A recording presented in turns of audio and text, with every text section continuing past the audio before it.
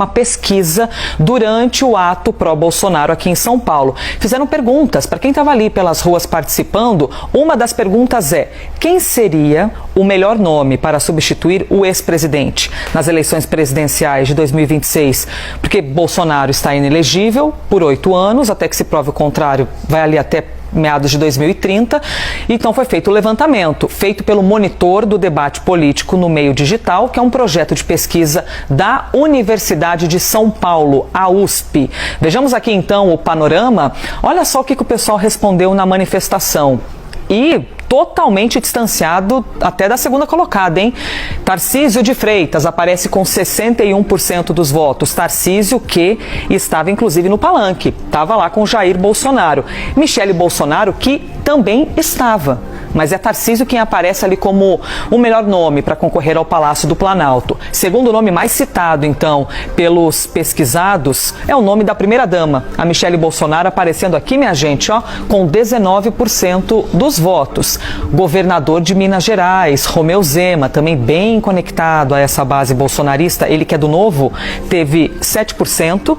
Então a gente vê uma diferença grande, né, entre esses três primeiros, mas Tarcísio de Freitas super acima. Eduardo Bolsonaro, 1%, Damares Alves, 1%, assim como Flávio Bolsonaro, assim como Braga Neto, que foi candidato à vice-presidência e que também está inelegível pelo período de 8 anos. Essa margem de erro aqui, para te contar um pouquinho sobre as regras da pesquisa, margem de erro é de 4 pontos percentuais para mais ou para menos. Nível de confiança é de 95%.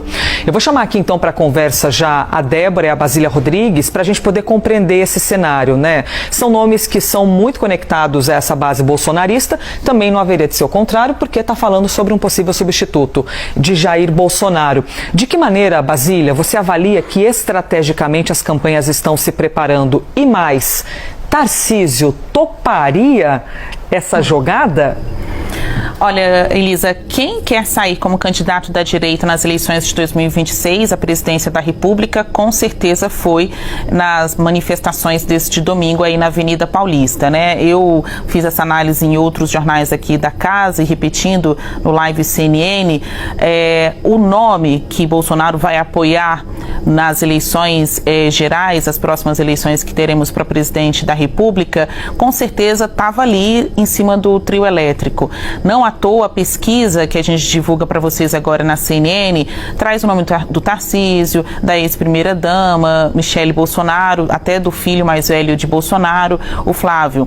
São nomes carimbados com o selo de bolsonarista e que teriam chances de navegar nestes votos que não irão mais para a figura do ex-presidente, já que ele está inelegível. O ato no domingo passado teve ares de comício para a direita brasileira, a direita política, porque reuniu muitas pessoas interessadas no resultado de 2024, né, candidatos, pré-candidatos às eleições municipais, mas tem esse sentimento de que dali vai sair o opositor de Lula ou quem Lula quiser também para candidato pró-governo em 2026. Quando você me pergunta especificamente do Tarcísio Freitas, ele passa por uma transformação em sua carreira, né, trajetória técnica / política, e a gente pode ver mais um upgrade nessa, ou seja, ele subir mais um degrau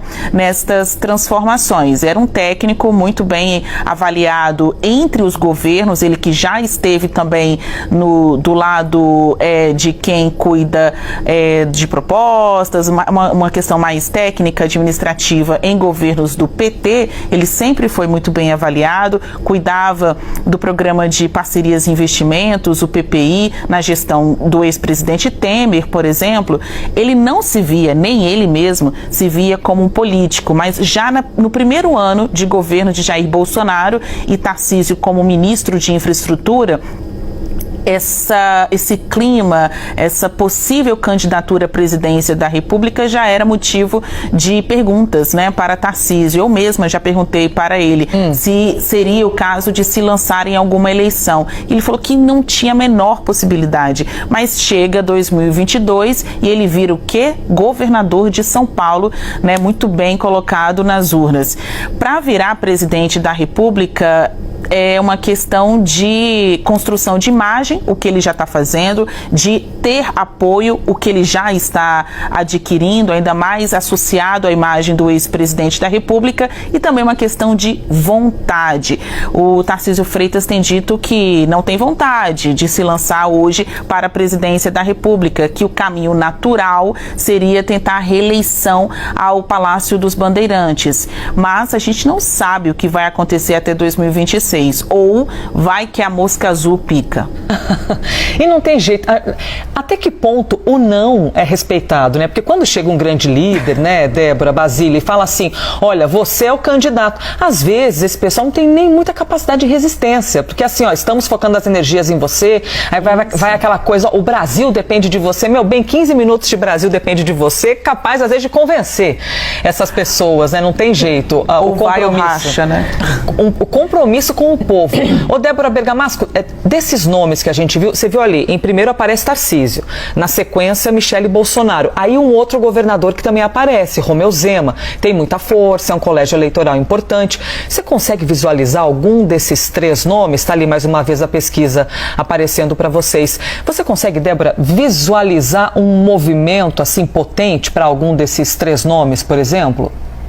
Olha, Elisa, eu acho que o importante aqui dessa pesquisa é o seguinte, olha, o Romeu Zema e o Tarcísio de Freitas, embora estejam bem posicionados, eles foram eleitos por conta do endosso de Jair Bolsonaro em 2022. Foi por isso que eles foram eleitos nos seus estados.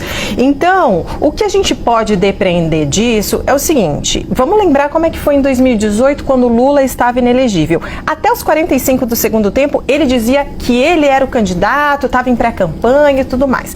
Quando chegou no limite do período de oficialização da campanha, aí ele colocou Fernando Haddad, né, que depois acabou perdendo para Bolsonaro. Nesse caso, em primeiro lugar, pelas conversas que eu tenho, essa deve ser a estratégia. Em 2026, se o cenário for esse, Bolsonaro inelegível, ele vai manter até os 45 do segundo tempo, dizendo que ele é o candidato e depois, no prazo limite, vai indicar alguém para concorrer, né? Agora, qualquer nome daqui, mesmo que esteja em último, se ele indicar, os bolsonaristas, esses 30%, né, que são absolutamente fiéis, estarão com o que Bolsonaro mandar. Como Lula fez com Dilma, por exemplo, quando se elegeu, que era uma técnica, não tinha na época, tinha uma história muito bonita, de apelo à esquerda, mas não tinha carisma, não tinha a vivência, né, das ruas, não tinha voto e transferiu. Então, acho que a questão aqui é o seguinte, qualquer nome que ele escolher vai fazer a transferência, para o bolsonarismo ele vai fazer a transferência de votos, seja Michele, Zema, Tarcísio, eu acho que